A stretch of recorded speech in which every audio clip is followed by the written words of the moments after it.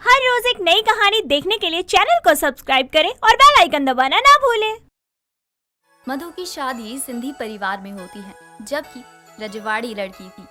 मधु और सागर ने प्रेम विवाह किया था, इसलिए यहाँ रजवाड़ी और सिंधी का मामला है। तो आइए देखते हैं कि ये मामला कहाँ तक जाता है। मधु की सास उसकी सिंधी रीति रिवाज से गृह प्रवेश करवाती है और मधु को अंदर बिठाकर उससे कहती है, आओ बहू, तुम्हारे हम सिंधियों के परिवार में स्वागत है। तुम्हें कभी भी किसी चीज की जरूरत हो तो मुझे बोल देना, मैं राहुल से वो काम करवा दूंगी। क्यों राहुल? क्या माँ, आप भी ना भाभी के आते आपने मेरा मजाक बना दिया। भाभी, मैं हूँ आपका छोटा सा प्यारा सा नन्हा सा देवर। ओह सॉरी, नन्हा नहीं रहा अब, लेकिन आपके लिए तो नन्हा ही हूँ ना। और हाँ, मुझे ना मजाक करने की आदत है और हमारा तो रिश्ता ही है मजाक करने वाला। और अगर कभी मेरा किया मजाक आपको बुरा लगे तो माफ कर देना। कोई बात नहीं देवर जी, इतना तो हर घर में मजाक चलता है। मैं भी बहुत मजाक करती हूँ। आपको कभी मेरा मजाक बुरा लगा ना तो प्लीज रोना मत।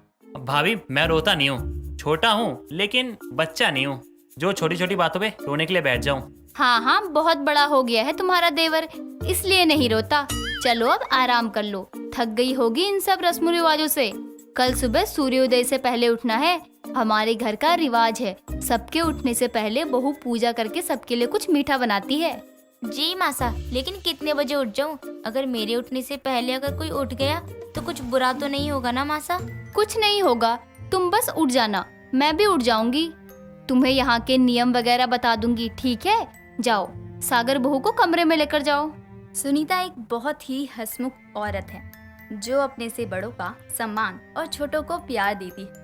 सबके साथ बड़े ही प्यार से रहती और ऐसे ही रात गुजर जाती है। अब मधु सुबह उठकर घर की पूजा करने के बाद सबके लिए नाश्ता बनाती है और मीठे में हलवा बनाकर सभी को देती है। तभी दिनेश, मधु का ससुर, कहता है, वाह, क्या बात है बहू, कितना स्वादिष्ट बनाया है तुमने। मैंने आज से पहले ऐसा हलवा नहीं खाया। तुम्हारी सास भी बनाती है लेकिन इतना अच्छा नहीं बनाती। ये क्या तुम्हारे राजवाड़ी स्टाइल का हलवा है? जी बाबा साहब, ये हमारे रजवाड़े लोगों की स्पेशल हलवा है जिसमें हमने घी, किशमिश, काजू, दूध और गुड़ में बनाया है। चलो अच्छा है, हम लोगों को भी कभी कभार राजवाड़ों का खाना खाने को मिलेगा। अहू तमाम सूठो ठहयल अही, मतलब बहुत अच्छा बना है हलवा, मजा आ गया खाकर बहू। अच्छा बहू, आज तुम्हारी मुंह दिखाई की रस्म है। हमारे कुछ अपने लोग आएंगे और उनके लिए तुम्हें कुछ अच्छा सा बना कर रखना है। लेकिन सुनीता, मुंह दिखाई में तो बहू कुछ नहीं बनाती, तो तुम अपनी बहू से क्यों कुछ बनवा रही हो?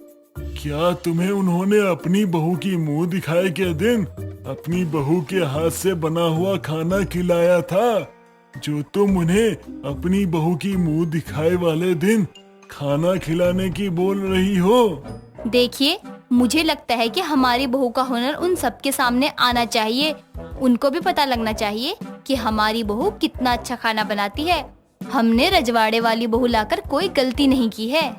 बात तो तुम्हारी सही है, बताना तो पड़ेगा, क्योंकि जब हमारी बहू आने वाली थी तब इन सब लोगों ने कहा था कि बहुत पछताओगी तुम, बहुत पछताएंगे आप। हाँ, बहुत कह रहे थे ना। अब तुम पक्का उन्हें खिलाना और बुलाना, और देखना हमारी बहू इतना अच्छा खाना बनाएगी कि वो लोग हाथ चाटते रह जाएंगे। उसके बाद तुम भी उन्हें ताने दे सकती हो कि क्या कहते थे तुम लोग कि मेरी बहू अच्छा नहीं बनाएगी और हम लोग बहुत पछताएंगे। देखो हम लोग कितने सुखी से अच्छा अच्छा भोजन कर रहे हैं। तुमको भी चाहिए हो तो आ जाया करो, हमारी बहू का दिल बड़ा है, वो तुम्हें भी अच्छा अच्छा व्यंजन बना बना के खिला देगी। हाँ, तभी तो कहा बहू से।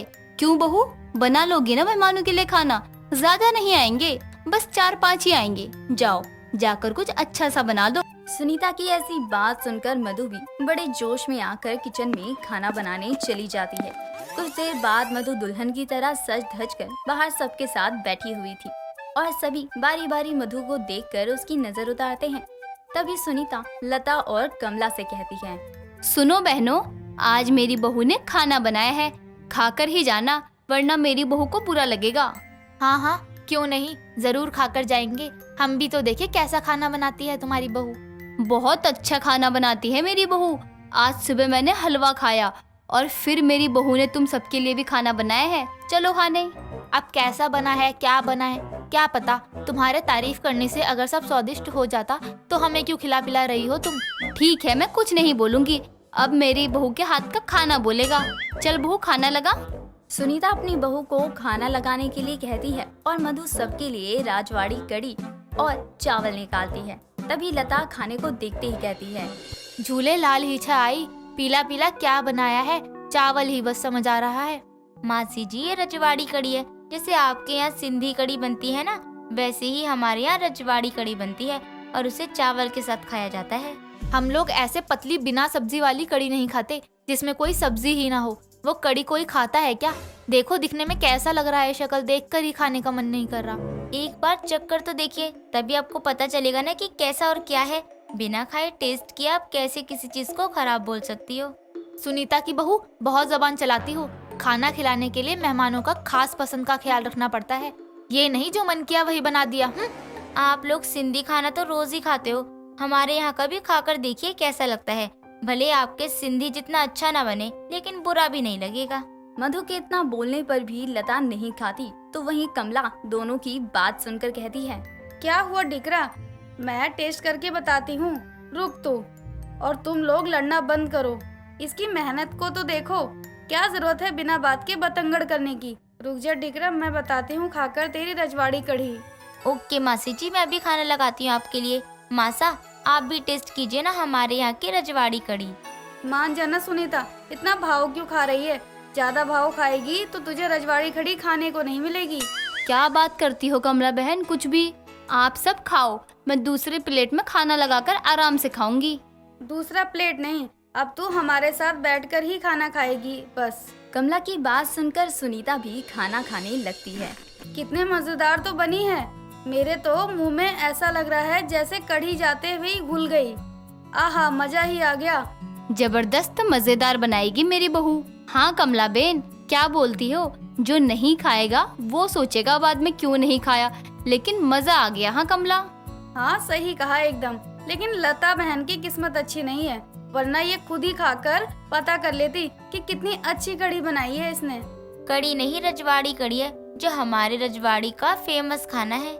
रहने दे बहू, अब किसी को कितना भी कह ले वो सुनने वाले नहीं हैं। और हाँ, जिसको खाना है खाओ, एक बार टेस्ट करके देखो, मजा आ जाएगा खाने में। मासा, अब घर वालों को भी खाना दे देना चाहिए, सबको भूख भी लगी होगी ना। उनको भी आज सिंधी कढ़ी की जगह कुछ और खाने को मिलेगा ना, तो उनका फेस देखने लायक होगा। मधु के इतना कहते ही सुनीता अपने पति और दोनों बेटों को खाना खाने बुलाती है। तभी राहुल खाना देखकर कहता है, क्या भाभी, सुबह आपने इतना अच्छा हलवा बनाया था, जितनी तारीफ करो ना वो कम थी। और अब ये खाना देख कर ना, सच कह रहा हूँ, खाने का तो मन ही नहीं कर रहा है। देवर जी, एक बार खाकर तो देखिए, अगर आपको पसंद नहीं आया तो मैं दोबारा कभी इस घर में रजवाड़ी कढ़ी नहीं बनाऊंगी, वादा रहा आपसे। ओहो, क्या बात है भाभी, आपको आपके हाथ के बनाए हुए डिश पे इतना यकीन है।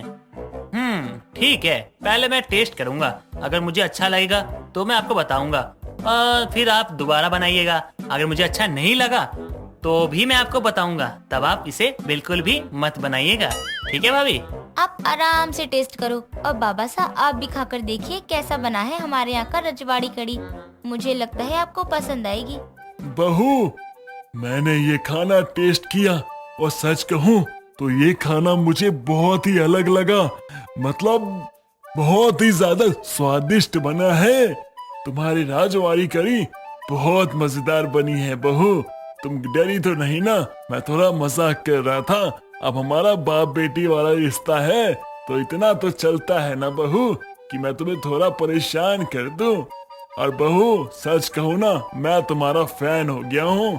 थैंक यू बाबा साहब, ये प्रोत्साहन मुझे और आगे बढ़ाने में मेरी मदद करेगा। वाह भाभी वाह, आपके हाथ कहाँ हैं? दो मैं आपके हाथ चूम लूं। अरे भाभी क्या लाजवाब खाना बनाया आपने। अरे है मजा आ गया। मन तो करता है ना ये सारा का सारा ना मैं अकेले खा जाऊं, लेकिन क्या करूं, परिवार वाले हैं ना तो थोड़ा इनके लिए एडजस्ट करके ना कम खा लेता हूँ। लेकिन हाँ अगली बार ना आप मुझे ना इसी तरह ना अच्छा ज्यादा ज्यादा खाना बना के खिलाती रहना यार। यार कितनी प्यारी भाभी मिली है मुझे, कितना अच्छा खाना बनाती है। मधु के राजवाड़ी खाने ने सबका दिल जीत लिया और ऐसे हुई मधु की सिंधी परिवार में राजवाड़ी खाने का मामला। ऐसे ही दिन गुजरे और मधु के हाथ का राजवाड़ी कड़ी सभी शौक से खाया करते। दोस्तों अगर आपको ये कहानी पसंद आई तो इसे लाइक करें, शेयर करें और कमेंट करके बताएं कि कहानी में आपको सबसे अच्छा क्या लगा।